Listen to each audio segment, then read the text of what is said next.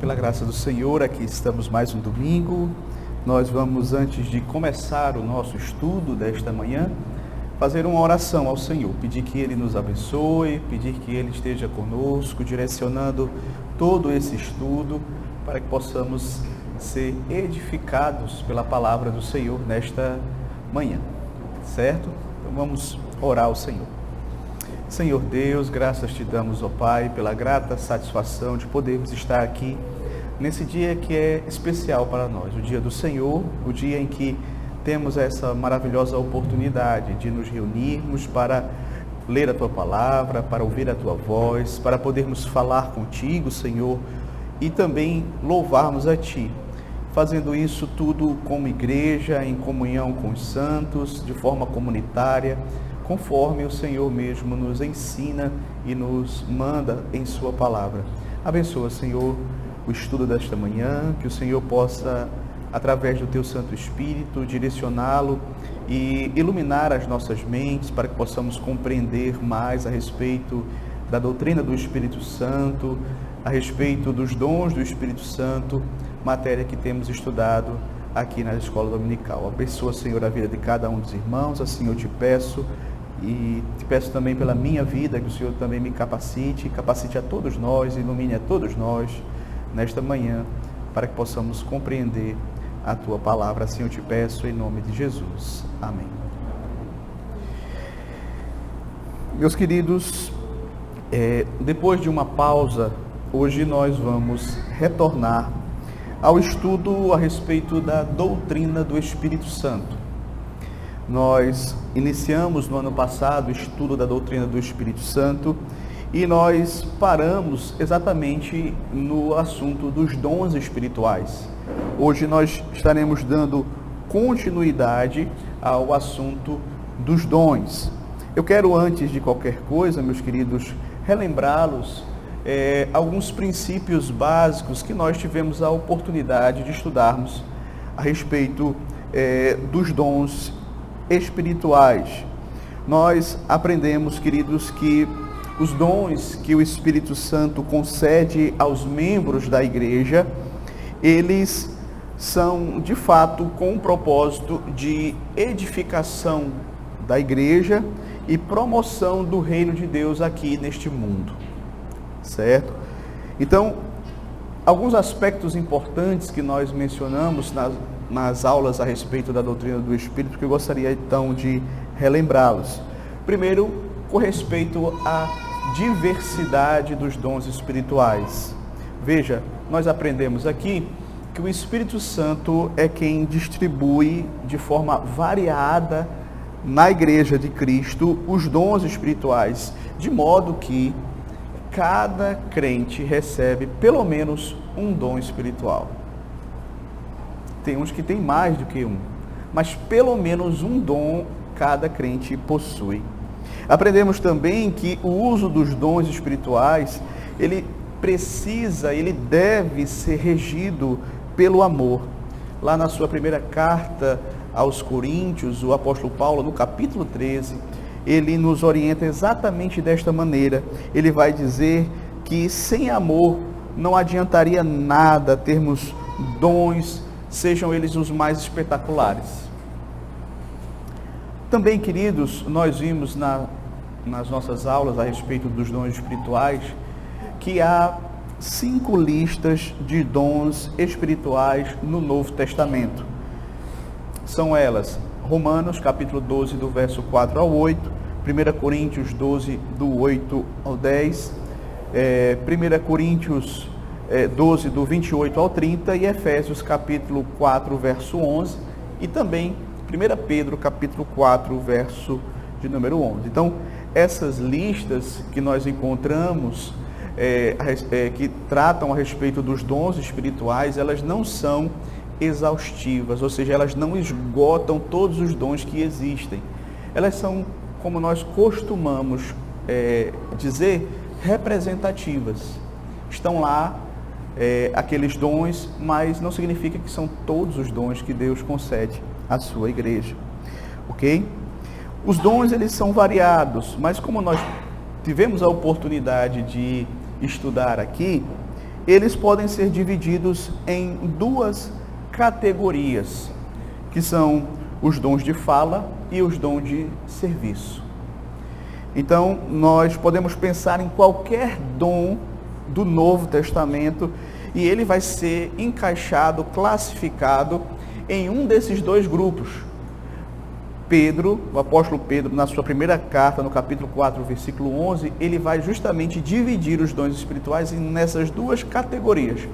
O dom de fala, os dons de fala e os dons de serviço. Agora, conforme nós também estudamos, há pelo menos 3 principais perspectivas a respeito da continuidade dos dons espirituais. Então, essa é uma questão que muitas vezes tem gerado debate na igreja entre os teólogos, se os dons, eles continuam em vigor, sim ou não. Então, você vai perceber que há aqueles que defendem que todos os dons cessaram. Por outro lado, você vai encontrar também aqueles que defendem que todos os dons estão em plena atividade nos nossos dias. Como eu disse aos irmãos, a igreja presbiteriana ela vai adotar uma postura um tanto quanto moderada. Ela afirma que alguns dons cessaram na era apostólica, outros continuam até os dias atuais e vão permanecer até a volta do Senhor Jesus Cristo, certo? Então, na última aula, nós tivemos a oportunidade de tratar a respeito dos dons que cessaram na era apostólica. Então, nós tratamos em uma só aula a respeito do dom de apóstolo, profeta, evangelista, o dom de curas, milagres, o falar em línguas, interpretação de línguas. E hoje, queridos, nós vamos ter como ênfase da nossa aula os dons que continuam vigorando. E aqui é importante nós termos uma atenção e prestarmos de fato bastante atenção nesses dons que vão ser trabalhados hoje, para que possamos perceber se nós temos esses dons, porque são dons que continuaram, de modo que cabe a cada crente estar atento ao ensino da palavra e também a si mesmo, para saber qual é o dom que Deus lhe concedeu, ou quais são os dons que Deus lhe concedeu, certo? Agora, eu quero, antes de começar a tratar a respeito desses dons que prosseguiram, que continuam, que estão em vigor nos dias atuais, eu gostaria de tratar de um dom que cessou, que eu não tratei da outra vez por conta da questão do tempo. Então eu vou tratar brevemente e já vou passar para os dons da atualidade, tá certo? Então, primeiro, eu gostaria de tratar a respeito deste dom, que é o dom de discernimento de espírito. Eu quero convidar você a abrir comigo em 1 Coríntios 2, versículo de número 10. Abra comigo, 1 Coríntios, capítulo 12, versículo de número 10. O dom de discernimento de espíritos, que é mencionado aqui pelo apóstolo Paulo. Dentre outros dons, ele vai mencionar o dom do discernimento de espíritos. Veja só o que diz aqui. 1 Coríntios 12, versículo de número 10. Há outro operação de milagres, há outro profecia e há outro discernimento de espíritos. Então, Paulo está aqui, como nós já temos aprendido no capítulo 12, enumerando os dons espirituais. E dentre esses dons espirituais, Paulo menciona aqui esse dom de discernimento de espírito, de espíritos.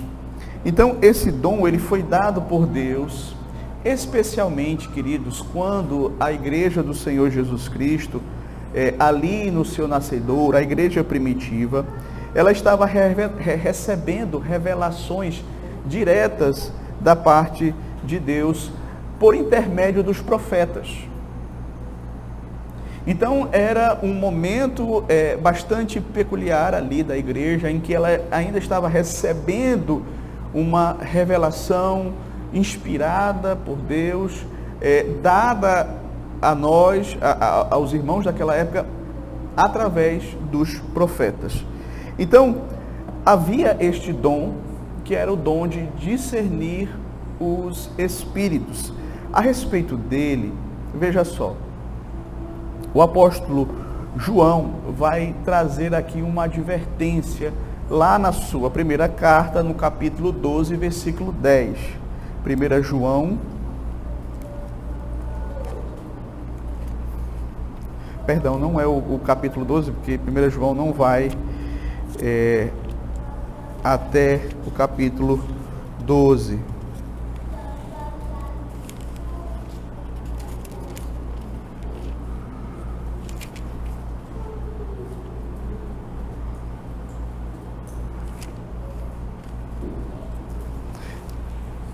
Olha, é o capítulo 4.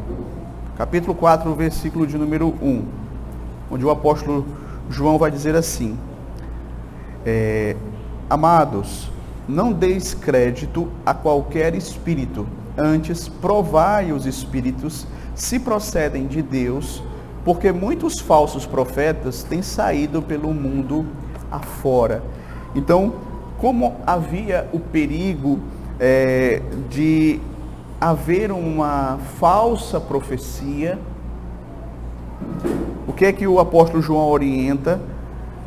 Que os irmãos discernissem os espíritos para saber se aquele profeta estava falando da parte de Deus ou não. Então havia ali, naquele contexto da igreja primitiva, o dom de discernimento de espíritos, de modo que o dom de discernimento, ele fazia com que, quando uma profecia não viesse da parte de Deus, aquela profecia e aquele profeta fossem, então, desacreditados, desmascarados. Ou seja, não é uma profecia que vem da parte do Senhor. Então, uma profecia, ela poderia vir de origem carnal, ou seja, resultado do coração pecador do ser humano. Ela também poderia vir de uma origem maligna, sim, por que não? Satanás, ele é muito ardiloso. Então, era necessário um dom de discernimento que fosse capaz de realmente, por meio da palavra de Deus, encontrar justamente ali o falso ensino, identificá-lo e nomeá-lo, apontá-lo. Não, esse ensino aqui não vem da parte de Deus. Nós não podemos acreditar no que este profeta está falando. Ainda que o dom de discernimento de espíritos não esteja em vigor nos dias atuais, é salutar para nós, enquanto igreja, pedir ao Senhor, pedir ao Espírito Santo que nos conceda a capacidade de discernir, por exemplo, falsos ensinos. Obviamente, é por meio do conhecimento da palavra de Deus que o Espírito Santo vai agir e vai nos dar essa sabedoria, mas pedirmos essa capacitação do Espírito para discernir os falsos ensinos, para também discernir quem são falsos mestres, aqueles que estão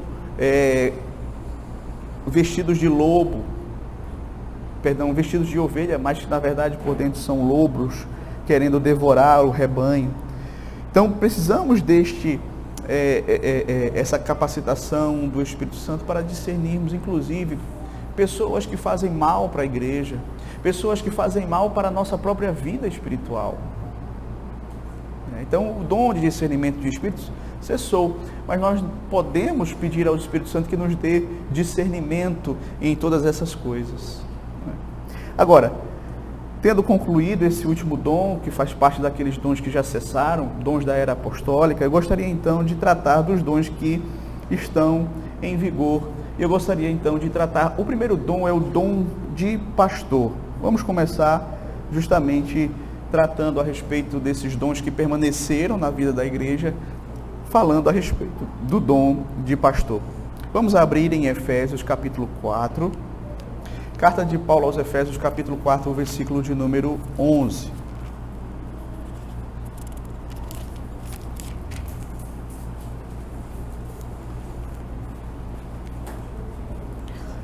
nos diz assim a palavra de Deus: e ele mesmo concedeu uns para apóstolos, outros para profetas, outros para evangelistas e outros para pastores e mestres.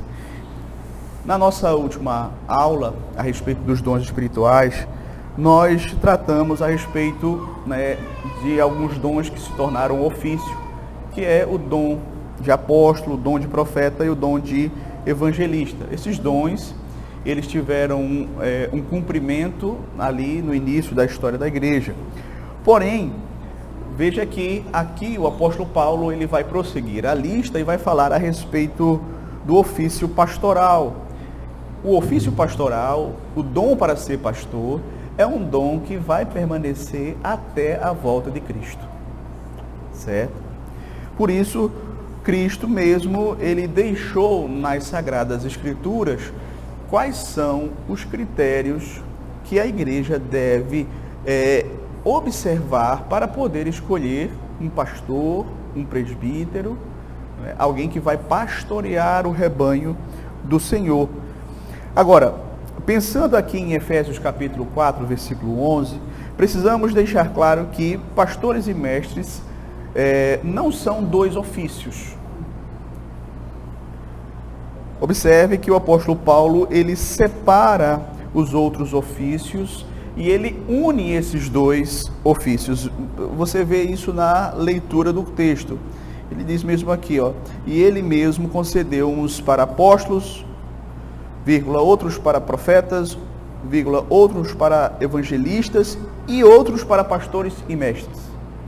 Então, perceba que o apóstolo Paulo, ele une esses dons porque eles fazem parte deste ofício, que é o ofício pastoral, certo? Isso significa que todo pastor, ele vai possuir necessariamente o dom de mestre. Ele possui o dom de ser pastor e o dom de mestre, ou seja, a função pastoral, ela vai incluir essas duas características. Ele é alguém que supervisiona o rebanho e ele é alguém que ensina o rebanho, certo? Agora, na medida em que nós estudamos as Sagradas Escrituras, nós vamos aprender que existem outras palavras, outros termos para tratar a respeito deste ofício. Ou seja, você vai encontrar, para retratar o ofício do pastoreio, as palavras pastor, presbítero e bispo. Esses três termos no Novo Testamento, eles estão se referindo ao ofício pastoral. São três formas de chamar o mesmo ofício. Como é que nós podemos chegar a essa conclusão? Abra comigo Atos 20, versículo de número 28. Atos 20, versículo de número 28. Aqui nós vamos ver o apóstolo Paulo, ele se despedindo dos presbíteros de Éfeso, e ele traz aqui algumas recomendações, alguns princípios. Veja só, Atos 20, versículo de número 28. Ele diz assim: atendei por vós mesmos e por todo o rebanho sobre o qual o Espírito Santo vos constituiu bispos para pastoreardes a igreja de Deus, a qual ele comprou com o seu próprio sangue. Então aqui, veja, o apóstolo Paulo, ele em Mileto, ele manda chamar os presbíteros ali da igreja de Éfeso. Aí ele vai se reunir com aqueles irmãos, com aqueles presbíteros, e ele vai relembrar a respeito do trabalho dele. E também vai aqui dizer claramente: olha, enquanto eu estive com vocês, eu preguei toda a verdade de Deus a vocês. E é interessante você observar aqui que ele chama os presbíteros e diz para eles o seguinte: olha, Deus vos constituiu bispos para pastoreardes o rebanho do Senhor. Então, veja, eles eram presbíteros, constituídos bispos, para serem pastores do rebanho.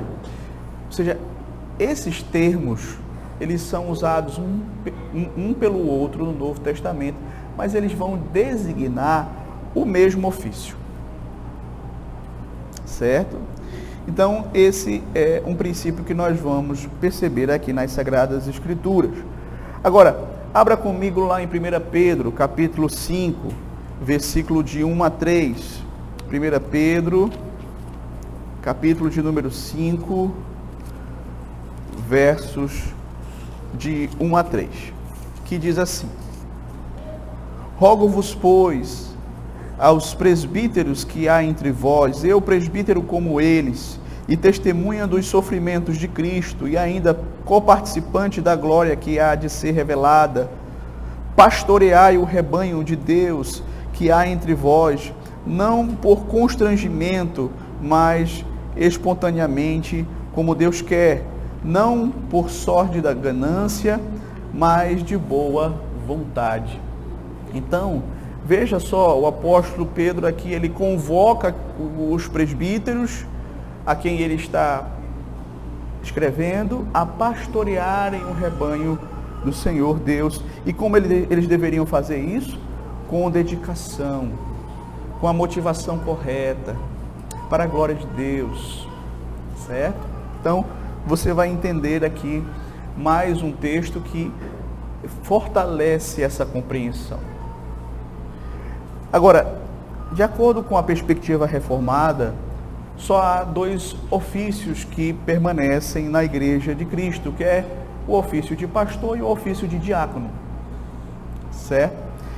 Enquanto que os diáconos, eles cuidam das necessidades materiais da igreja, os pastores, presbíteros, bispos, cuidam das necessidades espirituais da igreja.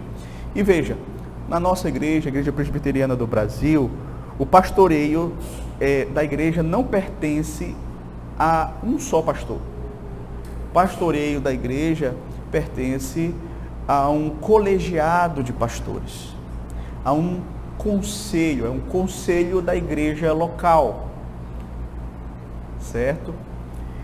De modo, queridos, que você vai perceber que na igreja presbiteriana nós fazemos uma distinção entre presbíteros. O conselho na nossa igreja é composto de presbíteros. E a igreja presbiteriana faz a seguinte distinção: há os presbíteros que são regentes e há os presbíteros que são docentes, certo? Uma coisa que é importante deixar claro é que quando o apóstolo Paulo, ele escreve lá na sua primeira carta a Timóteo, capítulo 3, verso 2, a respeito das características do presbítero, de alguém que tem o dom do presbiterato, do pastorado, é que esta pessoa, ela precisa ser apta para o ensino. Logo, todos os presbíteros, eles devem estar aptos para ensinar na igreja. Só que, dentre esses que ensinam, um vai se dedicar exclusivamente ao ensino da palavra de Deus. A respeito destes, o apóstolo Paulo vai escrever a Timóteo, abra comigo lá em 1 Timóteo capítulo 5, verso 17. A respeito destes, veja o que o apóstolo Paulo escreve a Timóteo. 1 Timóteo 5, verso 17, que diz assim: devem ser considerados merecedores de dobrados honorários os presbíteros que presidem bem, com especialidade os que se afadigam na palavra e no ensino. Então, queridos, observe, há dentre os presbíteros um que iria se afadigar, né, um ou mais, né, podemos dizer assim, que a igreja pode ter mais de um, mas que iria se afadigar na palavra, no ensino. E este presbítero, que nós chamamos de presbítero docente, costumou-se então chamar na igreja presbiteriana de o pastor, certo? E aqui é uma coisa interessante, nós não podemos confundir. Mas todos os presbíteros são pastores. Certo? A gente usa essa nomenclatura presbítero, pastor, mais por uma questão de distinção, vamos dizer assim. Mas todos os presbíteros são chamados a pastorearem. Alguns deles vão se dedicar de forma exclusiva, vamos dizer assim, ao ministério da palavra. Outros vão pregar, sim, mas eles vão dar um apoio no sentido pastoral, no sentido administrativo, certo? Mas é importante nós termos isso em mente. Agora, com respeito à função de pastor, podemos mencionar 3 pontos importantes a respeito da função do pastor. Veja, o pastor, ele tem a função de guiar o rebanho. Veja, aqui é interessante nós lembrarmos da ilustração, né? Porque esse termo pastor vem justamente ali, né, do homem que cuida das ovelhas, que pastoreia as ovelhas, que tem todo aquele trabalho, né, de tratar delas, de alimentá-las, de protegê-las, certo? Então, usando aqui essa analogia, que é a analogia bíblica, né, nós podemos dizer que o pastor, ele tem a função, por exemplo, de, primeiramente, de guiar o rebanho. Então, veja só, o próprio Senhor Jesus Cristo, lá em João 10,16, ele diz assim: a mim me convém conduzi-las, ou seja, ele é o pastor por excelência. Cristo é o pastor supremo. Ele diz assim: a mim convém conduzir as minhas ovelhas. E Cristo, meus queridos, ele conduz as suas ovelhas por meio dos pastores que ele mesmo constituiu na igreja. Isso é importante nós entendermos. Então, na lida pastoral, muitas vezes o pastor, ele vai justamente, ele vai ter essa função de ser aquele que vai conduzir os crentes à vontade de Deus, ou seja, vai mostrar a eles o caminho. E isso se dá através do ensino da palavra, tanto público quanto particular. Então, o pastor, ele é aquele que orienta, é aquele que conduz as ovelhas. Como é que ele faz isso? Ele faz isso com a palavra. Tanto do púlpito, quando nós pregamos a palavra para toda a congregação, quanto também no aconselhamento, na visitação, em que você ensina a palavra de forma particular ali, aplicando a vida daquela pessoa, aos problemas que ela está enfrentando, a situação que ela está enfrentando. Certo? Então essa é uma das funções do pastor, guiar. Outra função é alimentar o rebanho. Então o pastor, ele deve alimentar o seu rebanho, não é, com água limpa, com pastos verdejantes. O Senhor Jesus Cristo, lá em João 10:9, ele diz assim: eu sou a porta, se alguém entrar por mim será salvo, entrará e sairá e achará pastagem. Veja, Cristo, ele alimentou, não é, os seus discípulos com ensinos maravilhosos, com ensinos que traziam edificação à alma. Hoje Cristo alimenta as suas ovelhas por meio da sua palavra, que é lida, e também por meio da sua palavra que é pregada, não é, por homens fiéis, que ele mesmo escolheu para conduzirem o seu rebanho. De modo que todo pastor, todo presbítero, ele precisa estar apto para o ensino, para, de fato, alimentar as ovelhas do Senhor Jesus Cristo com a palavra de Deus. Ok? Outra função pastoral é o proteger o rebanho.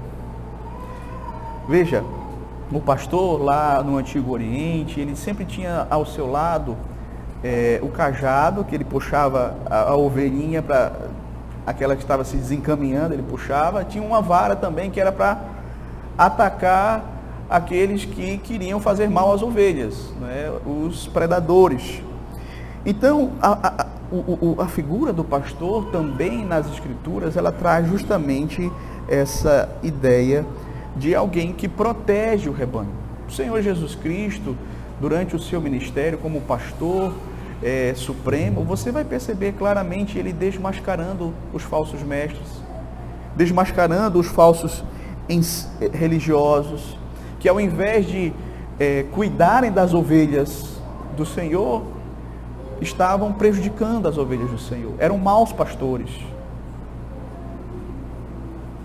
Muitos eram lobos, certo? Então, nós vamos perceber que Cristo, ele protegeu as suas ovelhas, ele alimentou, ele guiou as suas ovelhas.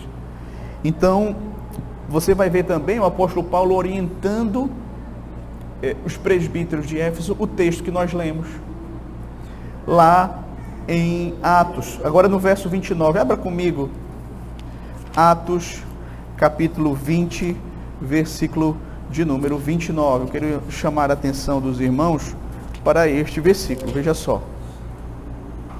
Paulo diz assim: eu sei que depois da minha partida, entre vós penetrarão lobos vorazes, que não pouparão o rebanho. E que dentre vós mesmos se levantarão homens falando coisas pervertidas para arrastar os discípulos atrás deles. Portanto, vigiai. Olha aí o que os pastores deveriam fazer. Vigiai, lembrando-vos de que por 3 anos, noite e dia, não cessei de admoestar com lágrimas a cada um. Então veja, Paulo está aqui falando aos presbíteros da igreja. Ele está dizendo: olha, eu sei que com a minha partida vão vir uns lobos. Alguns deles vão até surgir do meio de vocês. Mas vigiem. Ou seja, essa orientação era uma orientação para os presbíteros, porque os presbíteros eram justamente aqueles que iam ficar guardando o rebanho, protegendo os rebanhos, o rebanho do Senhor. Eles tinham essa função. O pastor, ele tem essa função, ele protege as ovelhas. Quando vêm os predadores, ele defende. Certo? Então, esse foi o primeiro dom, o dom de pastor, que eu gostaria de ver. Agora vamos ver o dom de mestre. Esse é o segundo dom que continua aos nossos dias atuais. Eu gostaria de tratar o dom de mestre. Veja só, se um pastor necessariamente precisa ser um mestre, aparentemente o mestre não precisa ser um pastor. Esse dom também é conhecido nas Escrituras como o dom do ensino. Então você vai perceber que há várias pessoas que têm o dom do ensino na igreja que necessariamente não são pastores. Mas todo pastor tem que ter o dom do ensino, isso é fato.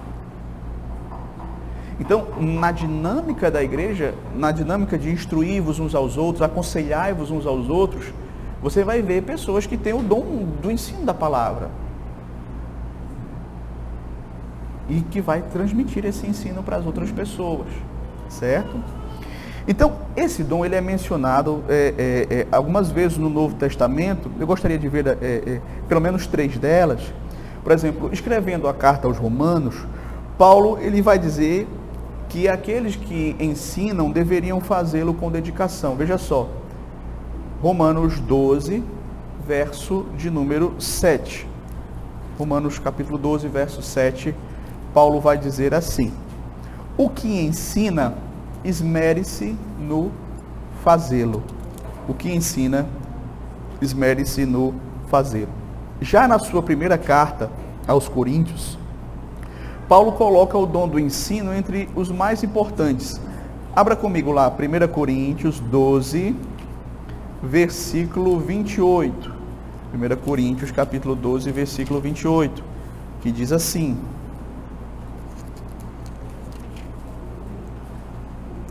a uns estabeleceu Deus na igreja, primeiramente apóstolos, em segundo lugar profetas, em terceiro lugar mestres, depois operadores de milagres, depois dons de cura, socorro, governos, variedade de línguas e por aí vai.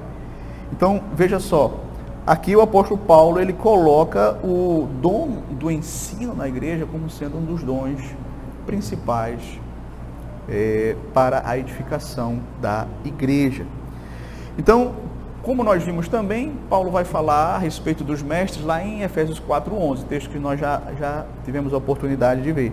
A uns ele concedeu para apóstolos, outros para profetas, outros para evangelistas e outros para pastores e mestres. Porém, queridos, a pessoa que recebe o dom do ensino, essa pessoa nem sempre ela está diretamente envolvida com o ensino formal da igreja. Como eu disse, a pessoa que tem o dom do ensino, pode ser um homem, pode ser uma mulher, ela pode ensinar de forma informal. Ela pode transmitir o conhecimento da palavra de Deus por meio do aconselhamento, por meio da instrução. Por exemplo, uma mulher que instrui outras mulheres, certo? Óbvio que a pregação, ela é algo que é restrito aos homens, a pregação da palavra, o pastoreio da igreja é restrito aos homens, conforme a própria palavra de Deus nos ensina. Mas o dom do ensino, ele é esparramado, vamos dizer assim, na igreja pelo Espírito Santo para homens e para mulheres. Eu fui ensinado no Evangelho, eu fui evangelizado por uma mulher, uma moça, que na época falou do Evangelho para mim e foi por meio dela que eu conheci a Cristo. Então, queridos, é interessante nós termos isso em mente, né? Deus pode conceder esse dom do ensino tanto a homens como a mulheres. Certamente, queridos, é um dom extremamente necessário em todas as épocas da igreja, pois a igreja sempre necessita entender a palavra de Deus. Muito provavelmente a manifestação contínua desse dom se deve à natureza da missão da igreja. Veja que Jesus disse aos seus discípulos lá em Mateus 28, do verso 19 e 20. Ele diz assim: Ide, portanto, fazei discípulos de todas as nações, batizando-os em nome do Pai, do Filho e do Espírito Santo, ensinando-os, veja só, a guardar todas as coisas que vos tenho ordenado. Então, a igreja, ela tem essa missão de ensino da palavra do Senhor, ok? Então, é essencial para a igreja que o Evangelho de Cristo seja ensinado. Os discípulos que receberam a incumbência de transmitir o que Jesus lhes havia ensinado, eles tiveram uma oportunidade maravilhosa de, durante 3 anos, estarem com Cristo, aprenderem de Cristo, beberem do ensino de Cristo, né? Eles fizeram ali todo aquele processo de aprendizado, de discipulado com o Senhor Jesus Cristo, e em seguida eles passaram então a ensinar a outras pessoas, certo?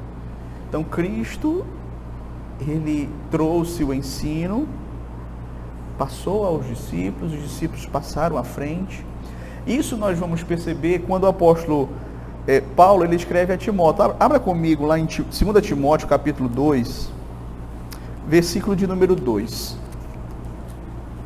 2 Timóteo, capítulo 2, versículo de número 2. Abra comigo nesse texto.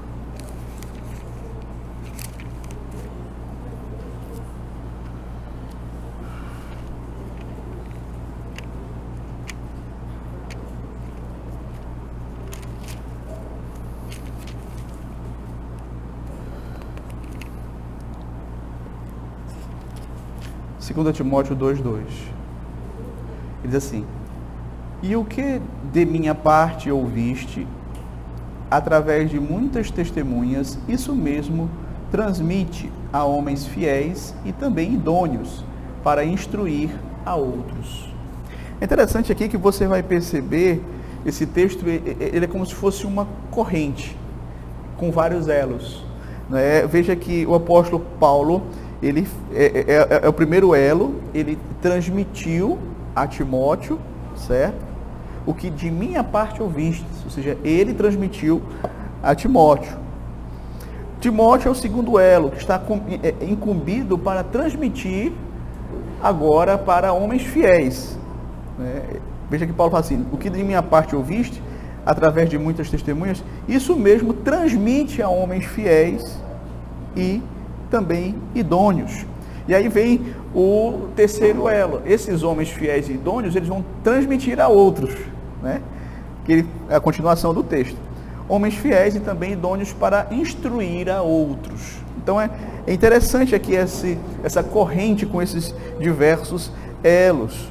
Então você vai ver claramente aqui esse processo de ensino e de transmissão da palavra de Deus. Claro que isso começou lá atrás, né? Veja que começou com o Senhor Jesus Cristo, que ensinou aos seus discípulos ensinaram a Barnabé, Barnabé ensinou a Paulo, Paulo ensinou a Timóteo, Timóteo ensinou a outros homens fiéis e por aí vai até chegar a nós hoje, 2000 anos depois. Então, você vai ver aqui o ensino da palavra como sendo algo fundamental para o avanço do reino de Deus, certo? Em que consiste esse dom de ensino? O dom do ensino é a capacidade sobrenatural de ensinar e aplicar efetivamente a verdade da palavra de Deus, certo? Então, primeiro, esse dom ele é uma capacidade sobrenatural. Ele não é fruto, vamos dizer assim, ele não é uma capacidade natural nossa. Ele não é um fruto da graça comum. Ele é fruto da graça especial. Ele é fruto da operação do Espírito Santo, né, dessa operação salvífica na vida do crente. De modo que é importante nós compreendermos que a docência é uma coisa, o dom do ensino é outra. A pessoa que tem o dom do ensino, ele é revestido pelo Espírito Santo para abençoar e edificar vidas. Um exemplo bíblico, né, dessa diferença entre a docência, vamos dizer assim, natural, algumas pessoas têm, e o dom do ensino, foi a atuação do Senhor Jesus Cristo. Por exemplo, lá em Marcos 1:22 é dito assim: maravilhavam-se da sua doutrina, porque os ensinava como quem tem autoridade, não como os escribas. Veja, quando a gente ouve esse texto, a gente muitas vezes não para refletir sobre o fato de que os escribas eram homens profundamente conhecedores do Antigo Testamento. Muitos deles chegavam a decorar livros inteiros da Bíblia. Mas quando eles ensinavam, quando o Senhor Jesus ensinava, não, ele de fato, as pessoas ouviam, as pessoas ficavam maravilhadas, a maneira como ele ensinava, certamente cheio do Espírito Santo, com autoridade, né, com intrepidez, com ousadia, ele ensinava com propriedade. Isso é o dom do ensino.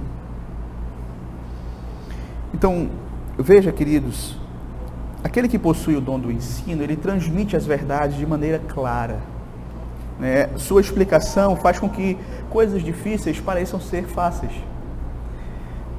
O maior exemplo é o Senhor Jesus Cristo, que ensinava verdades profundas através de exemplos e através de uma linguagem acessível às pessoas entendiam, né? Claro que alguns ele falava em parábolas justamente para não entenderem, outros ele falava de uma maneira que ele queria que aquelas pessoas entendessem e aquelas pessoas entendiam. Outro ponto importante é que a docência da pessoa que tem o dom do ensino, ela vai além de transmitir verdades. Ela também aplica essas verdades à vida daqueles que estão ouvindo o ensino. Isso aqui é muito importante. Talvez você diga, mas pastor, o que é aplicação? Aplicação, queridos, é conectar a teoria com a prática. Basicamente isso. É mostrar como as verdades do Evangelho, elas podem ser aplicadas à vida das pessoas. Então, é um ponto importante a ser colocado. Por quê? Porque, como nós sabemos, o texto bíblico ele foi escrito, né, há muitos anos atrás.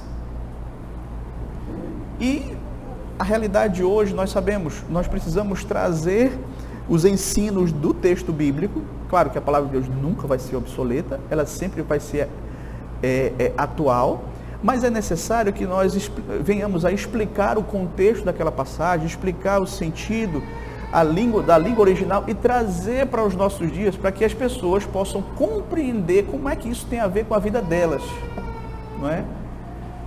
O que é que isso tem a ver comigo, com a minha vida, com o meu dia a dia? Como é que eu aplico essas verdades na minha vida? Como é que eu aplico lá no meu emprego, lá na minha casa, lá na minha escola? Então, a pessoa que tem o dom do ensino, ela também tem essa capacidade de aplicar as verdades da palavra de Deus à vida dos seus ouvintes. Uma aula ou um sermão pode conter as melhores explicações e informações, mas sem boa aplicação, não passará de apenas conteúdo ao cérebro. E veja, é preciso que seja alcançado também o coração, a vontade, não apenas o intelecto. E a pessoa que tem o dom do ensino, ela vai justamente buscar ensinar desta forma. Veja, por exemplo, como foi a reação daqueles que estavam ali presentes por ocasião da primeira pregação, depois da descida do Espírito Santo, lá em Atos 2, 37 a 38. Ouvindo eles estas coisas, compungiu-se-lhes o coração e perguntaram a Pedro e aos demais apóstolos: que faremos, irmãos? Respondeu-lhe Pedro: arrependei-vos e cada um de vós seja batizado em nome de Jesus Cristo para a remissão dos pecados e recebereis o dom do Espírito Santo. Então, através do sermão de Pedro, não só a mente das pessoas foram alcançadas, mas o coração também. Claro, isso não quer dizer que todas as vezes que o evangelho for pregado e aplicado de maneira fiel, as pessoas vão se arrepender. Mas a pregação e o ensino da palavra, elas devem conduzir a pessoa a essa confrontação, não é? A um momento em que ela vai abraçar a fé em Cristo ou ela vai rejeitar. Mas que ela entendeu que Deus está convocando ela para se arrepender, para crer no Senhor Jesus Cristo. Então, é necessário que a pregação ela seja clara, ela seja aplicativa, não é? Para levar o ser humano a esse dilema. Ou ele vai responder positivamente ou negativamente. Aí é com ele, não é? É uma responsabilidade dele. Obviamente, aqueles que responderem positivamente é porque Deus vai dar graça para isso. Ok? O último dom que eu gostaria de tratar é o dom da sabedoria. 1 Coríntios capítulo 12, verso 8. 1 Coríntios capítulo 12, versículo de número 8.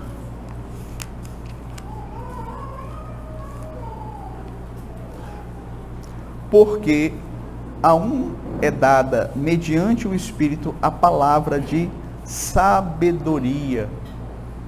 Esse dom aqui chamado por Paulo de palavra de sabedoria, ou também como muitas vezes a gente chama, né, o dom da sabedoria, consiste na capacidade, meus queridos, dada pelo Espírito Santo aos crentes, de falar de acordo com a sabedoria divina. Então, é importante nós fazermos uma distinção entre inteligência, entre conhecimento e esta sabedoria. A inteligência é a capacidade mental de raciocínio. Inclusive, essa capacidade, ela pode ser testada, né? Tem um teste de QI, que vai avaliar a sua capacidade intelectual, enfim. Já o conhecimento está relacionado ao acúmulo de conteúdo. Então, tem pessoas que, por terem muito estudo, por lerem muito, por terem uma experiência de vida, elas acumularam um conteúdo, certo? De modo que o dom da palavra de sabedoria, meus queridos aqui, está relacionado a uma intimidade com a palavra de Deus, a um caminhar com Deus, a um discernimento das circunstâncias, a uma capacidade de aplicar a palavra de Deus às questões da vida. Claro que nós podemos lembrar, né, que o apóstolo Tiago, lá na sua carta, no capítulo 1, verso 5, ele diz assim: se porém alguns de vós necessita de sabedoria, peça a Deus, que a todos dá liberalmente, e nada lhes impropera, e ser-lhe-á concedida. Ou seja, Deus concede sabedoria ao seu povo como um todo. E Ele concede a quem lhe pedir de forma liberal, né, liberalmente. Contudo, a pessoa que tem o dom da sabedoria, né, Deus concede uma capacidade superior. Certo? Eu vou tentar dar um exemplo aqui para ver se ajuda a compreensão.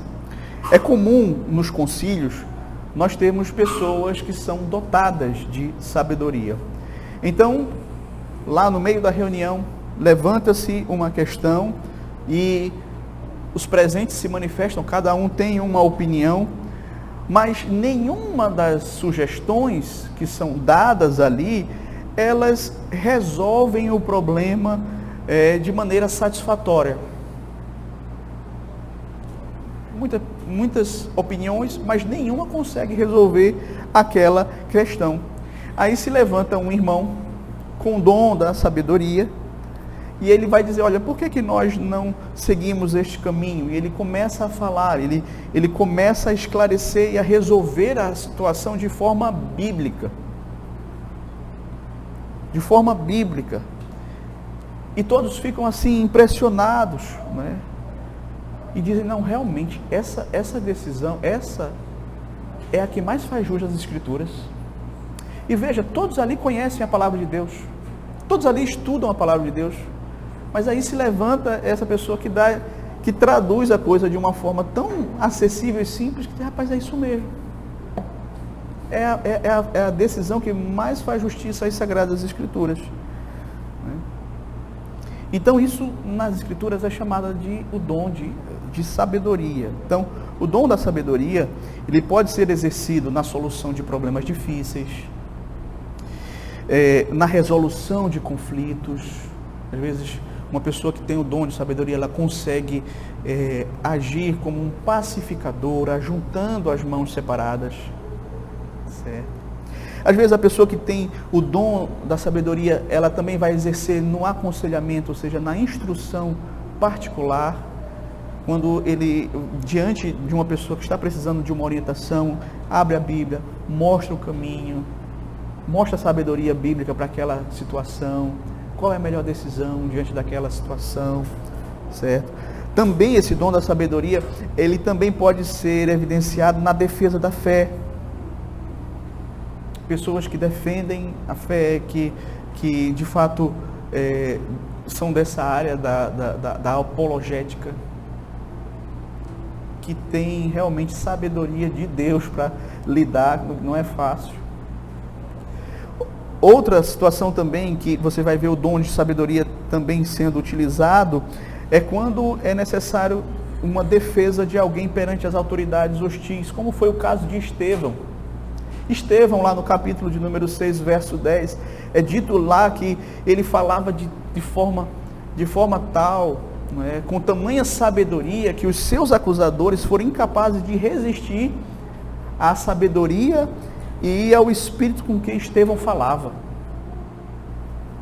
Atos 6, 10.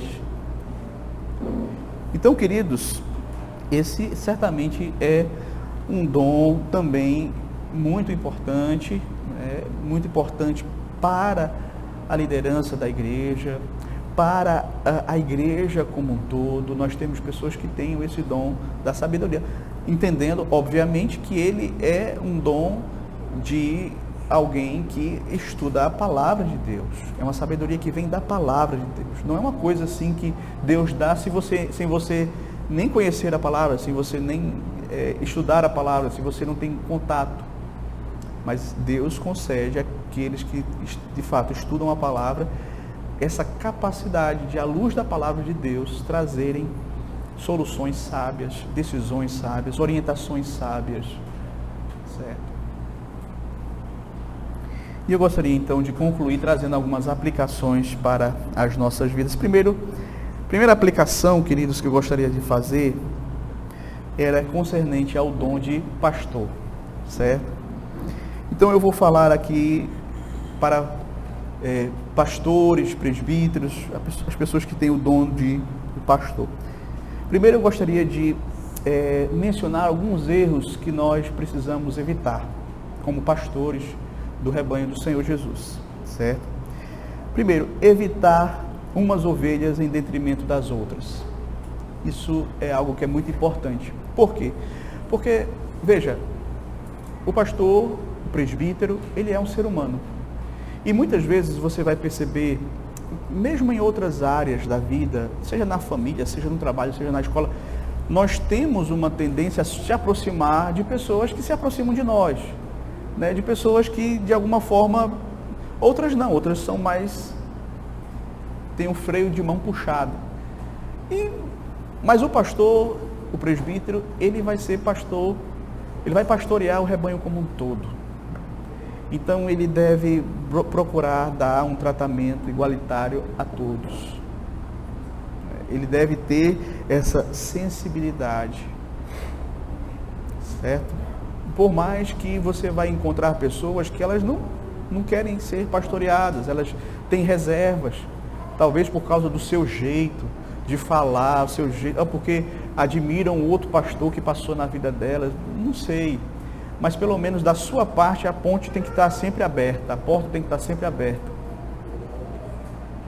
E nós devemos, sim, procurar dar atenção a todos.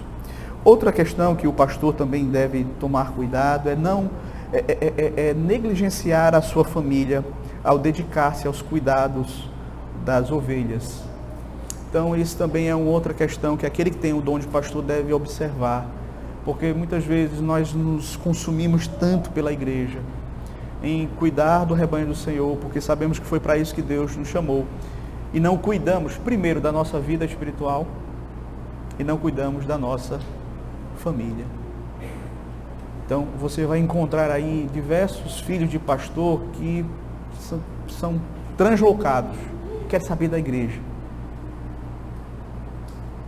E muitos porque durante a infância o pastor dedicava-se somente à igreja e não pastoreava a sua própria família. Então esse é um cuidado que precisa ser tido. Outro, relacionamento pastoral, outra questão que precisa ser evitada, relacionamento pastoral mais constante com pessoas do sexo oposto. Ou seja, o pastor, o presbítero, ele precisa ter muito cuidado nesse processo de pastoreio, de não ter uma conduta errada no que diz respeito ao pastoreio de pessoas do sexo oposto, até para fugir da aparência do mal, certo? E não se colocar em situações que venham a ser comprometedoras, tentadoras, que possam dar mau testemunho. Certo? Outra questão que precisa ser evitada é achar que o crescimento da igreja é uma obra sua. Então, pastores, presbíteros podem podem ser tentados nesse sentido, a achar que a igreja está crescendo por causa deles. E a Bíblia claramente diz que nós somos instrumentos. Deus é o agricultor. É Ele quem dá o crescimento. Então, o que é que a pá pode se vangloriar? O que é que o ciscador pode se vangloriar?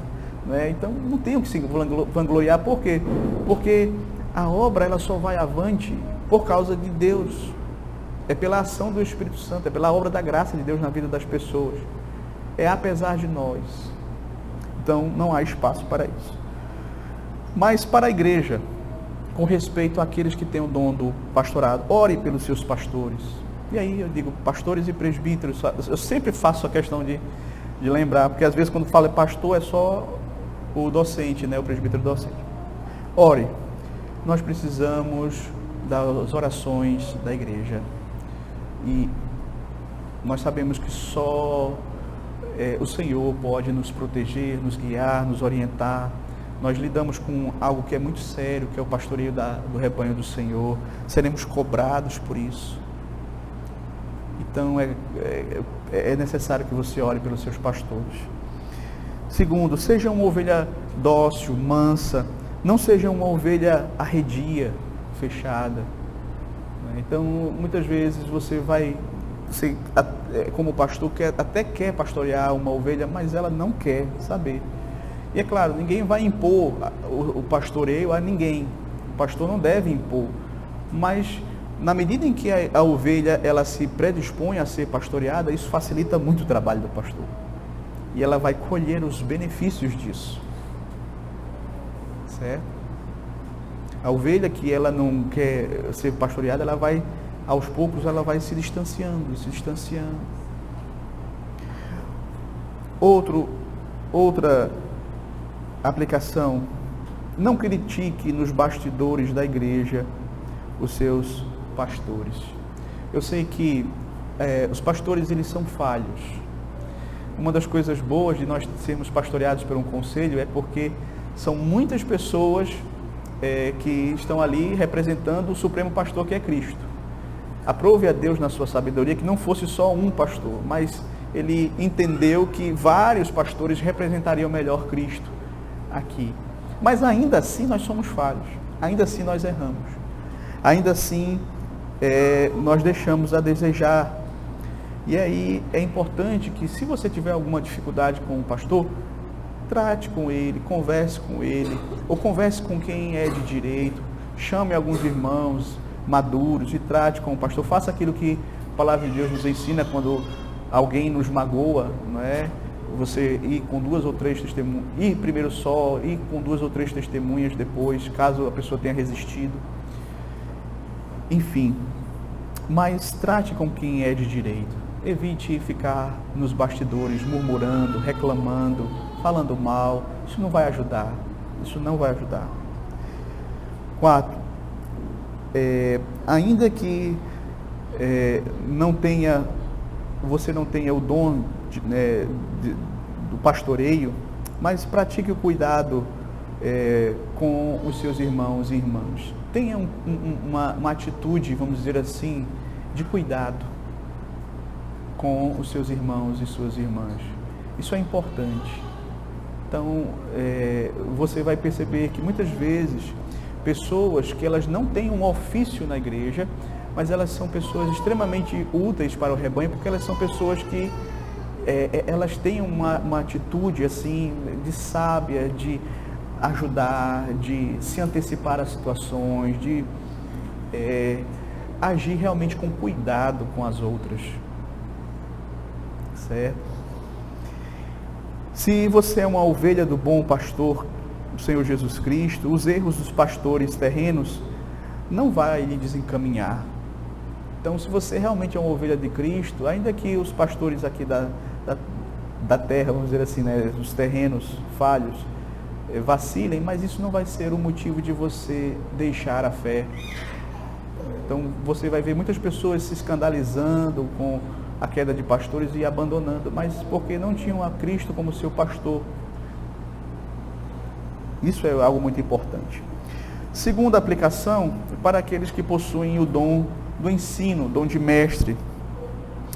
Veja, acho que primeiro a gente tem, tratando a respeito de aquilo que precisa ser evitado, né? Aqueles que têm o dom de mestre devem evitar, desprezar aqueles que não têm o dom do ensino.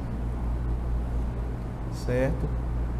Então, aqueles que têm o dom de mestre não devem desprezar aqueles que não têm o dom do ensino. Às vezes você vai em determinados locais, em determinadas igrejas, você chega lá e tem uma pessoa que está ensinando, e aí você vê que a pessoa está com muitas dificuldades e tudo, e às vezes a pessoa que tem o dom de mestre, ela já se desinteressa. Não, essa pessoa não sabe de nada. Então, age de uma forma soberba, age de uma forma errada nesse sentido, de desprezar as pessoas que às vezes ou não têm o dom do ensino, ou tem, mas não foi tão desenvolvido como ele. Pode acontecer, é uma tentação. Se empolgar com a parte da teoria e se esquecer de aplicar as verdades para a vida da igreja. Isso também é uma tentação para quem é da área do ensino. É você querer explicar as minúcias ali do texto, mas quando chega na aplicação é bem pouca. E aí falta, né, essa conexão do texto para a vida prática das pessoas, certo? Outro perigo que precisa ser evitado: inflar o ego por ter essa facilidade de se comunicar e de captar a atenção das pessoas. Então, achar que isso aqui, o fato de você estar aqui na frente, as pessoas ouvindo você achar que é porque você é muito bom, porque você é muito capaz, e você se achar. Então, esse é um perigo grande para aqueles que ensinam. Achar que tem resposta para tudo. Veja, tem coisas que a gente precisa dizer: olha, irmão, eu não sei, eu vou estudar. E tem coisas que não tem realmente resposta bíblica. A palavra de Deus não se posiciona. Então, onde a palavra de Deus não fala, eu devo me calar, né? Eu devo me calar. Negligenciar a preparação do estudo. Esse também é outra tentação, né? Às vezes a pessoa, ela tem o dom do ensino, ela é capaz, ela consegue se expressar bem, ela tem uma desenvoltura na oratória, e aí ela acha que ela não precisa se preparar bem, ela precisa estudar. E aí, quando chega na hora, o negócio complica, porque não é assim. A pessoa precisa se preparar. Não é porque você tem o dom que você não vai se preparar, né? Se esforçar para conhecer e expor com exatidão o Evangelho, mas não vivê-lo. Tem pessoas que elas têm uma capacidade muito grande de ensinar e tudo, mas se esquece de viver. E aí está errado. Eu me lembro sempre daquele texto de Esdras, que Esdras dispôs o coração, deixa eu ver se eu me lembro, para aprender a palavra de Deus, praticar e ensinar. Esse é o processo para quem instrui: aprender, viver e depois ensinar. Então você pode encontrar pessoas que são muito boas ensinando, mas a vida não tem acompanhado a qualidade, não é, a profundidade do ensino. Então, a pessoa que tem o dom de mestre, ela precisa ter essa sabedoria. Às vezes você vai encontrar na igreja pessoas que elas anseiam muito pelo dom do ensino, de ser mestre, às vezes com a intenção errada, certo? E a Bíblia diz assim: não desejais todos vocês serem mestres, porque os que são mestres, eles vão ser cobrados de forma mais rigorosa. Então, é uma bênção. Aqueles que têm o dom do ensino é uma bênção, porque você está em contato direto com a palavra de Deus. Você está recebendo, você está aplicando para você, para a sua família. É uma bênção. Mas tem essas questões que você precisa também atentar. Os perigos, as tentações para aqueles que têm o dom do ensino. Agora, trazendo aqui algumas aplicações para aqueles que possuem o dom da sabedoria, né? E aí, mas pastor, ele já tem o dom da sabedoria, o que é que ele tem que aprender? Não, precisa aprender. Não é? Existem tentações também para aqueles que têm o dom da sabedoria, certo? Então nós precisamos aprender, porque às vezes você pensa assim: não, mas o cidadão já tem o dom da sabedoria, então não vai errar. Veja, eu me lembro sempre de Moisés. Moisés era um homem mais manso, né, que existiu ali naquele período, mas naquela hora lá que ele tinha que falar a rocha, ele ficou revoltado, bateu na rocha, e por conta disso ele não entrou na terra de Canaã. Ou seja, ele era um homem manso, mas que em um momento ele se irou de forma pecaminosa e fez aquilo que Deus não havia dito para ele fazer. Então, queridos, aqueles que têm o dom da sabedoria devem ter cuidado com o orgulho, porque o orgulho, ele sempre vai estar ali batendo na nossa porta. Quando você é a pessoa que realmente Deus dá uma percepção clara, Deus lhe concede a graça de aplicar a palavra para aquela realidade, você traz uma palavra que todos concordam, isso pode trazer no seu coração orgulho. E a gente precisa estar atento em relação a isso. Outra questão: todo dom corre o risco de buscar a aprovação humana e não a aprovação divina. Todo dom, seja ele qual for, ele tem esse risco de você querer o reconhecimento humano e não estar preocupado em ser reconhecido somente por Deus. Então isso é uma questão também que tem que ficar claro. Resistir à tentação de agir sem considerar conselhos ou sem prestar contas com outros líderes, irmãos na fé. Então, às vezes, a pessoa ela pode se achar um tanto quanto autossuficiente, porque ela conhece muito, ela sabe muito, ela tem essa sabedoria. Ela pode ser tentada a isso, a não querer submeter a outras pessoas, a não querer ser pastoreada por outras pessoas. Porque todos nós devemos nos colocar nessa posição. Pastores devem ser pastoreados também. Líderes, irmãos que têm o dom da sabedoria devem se colocar, devem ouvir conselhos. Enfim, não ter paciência com aqueles que não aceitam sua posição, ainda que seja a mais sábia. Então, às vezes, a pessoa ela pode trazer a decisão mais sábia, mas vai ter gente ali que não vai querer aquilo ali, não vai querer aceitar, não vai querer acatar, não... E é necessário ter paciência. Então, queridos, é importante nós pensarmos também aqui em algumas atitudes positivas, né? Humildade e dependência de Deus. Aqueles que têm o dom da sabedoria devem reconhecer que a sabedoria que possuem vem do Senhor. Não é natural, não é algo próprio dele, mas vem do Senhor. Não é da sua própria capacidade ou da sua própria vivência, experiência de mundo, não. Evitar o orgulho, lembrando sempre que até o homem mais sábio, ele vai ter que aprender aqui neste mundo. Só o Senhor Jesus Cristo que é possuidor de todos os tesouros do conhecimento e da sabedoria, mas por mais que o homem seja sábio, ele deve sempre buscar aprender, né? Então, tinha um professor que dizia assim: o homem começa a morrer quando ele desiste de aprender. Então, tem algumas pessoas que podem cair nessa tentação de achar que não precisam aprender mais nada, né? Manter um espírito de serviço e gratidão. Lembrar que o dom da sabedoria foi dado para servir a outros, né? Não para se destacar, não para se sentir superior aos outros, não para usar em benefícios próprios, mas para servir, para ser instrumento de bênção para a vida das outras pessoas. Todos os dons eles foram dados com esse propósito, de que a igreja pudesse servir, pudéssemos servir uns aos outros. Perseverar na oração e na comunhão com Deus, pedir a Deus continuamente sabedoria ao Senhor, como o Tiago diz, não é? Então não é porque a pessoa tem o dom da sabedoria que ela não vai mais pedir mais sabedoria a Deus. Sabedoria é sempre bom, quanto mais melhor. Então, se você tem o dom, continue orando a Deus para que Deus lhe conceda mais sabedoria, que vem justamente da comunhão com o Senhor, desse relacionamento, da confiança em Deus.